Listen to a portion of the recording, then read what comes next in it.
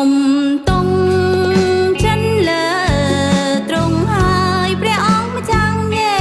ស៊ូអើយសូមទ្រង់ជួយដឹងដៃនាំខ្ញុំដើរក្រោមកំ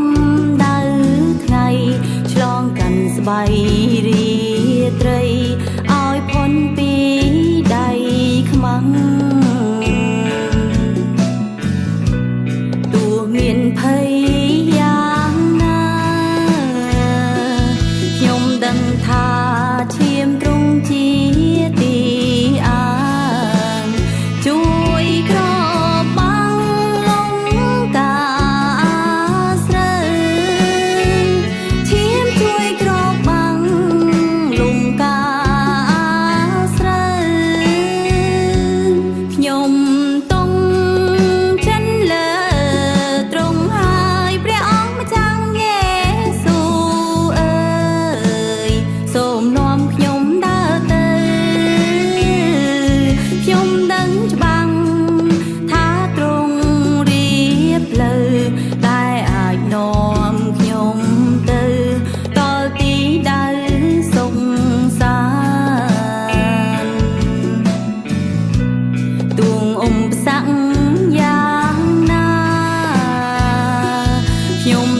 ថាឈើឆ្កាងទ្រង់ជាស្ពានអាចឆ្លងបានផុនជ្រោះមរណាខ្ញុំអាចឆ្លងបានផុនជ្រោះមរណា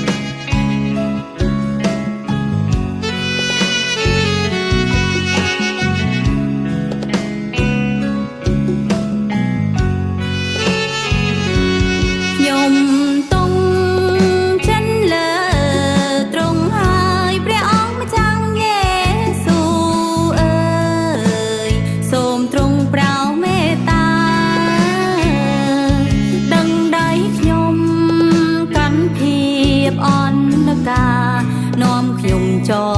យាត្រាដល់ត្រើយនៃជីវិត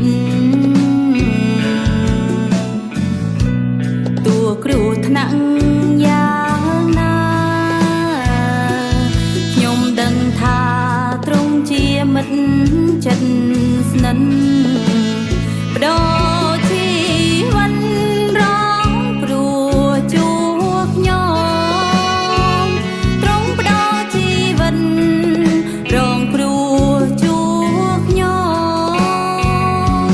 ខ្ញុំតង់ចិនលើត្រង់ហើយព្រះអង្គម្ចាស់យេស៊ូអើយសូមជួយទូលបង្គំខ្ញុំវង្វេងក្នុងសាគរធំសូមទ្រង់ជួយនាំខ្ញុំឲ្យជួបនឹង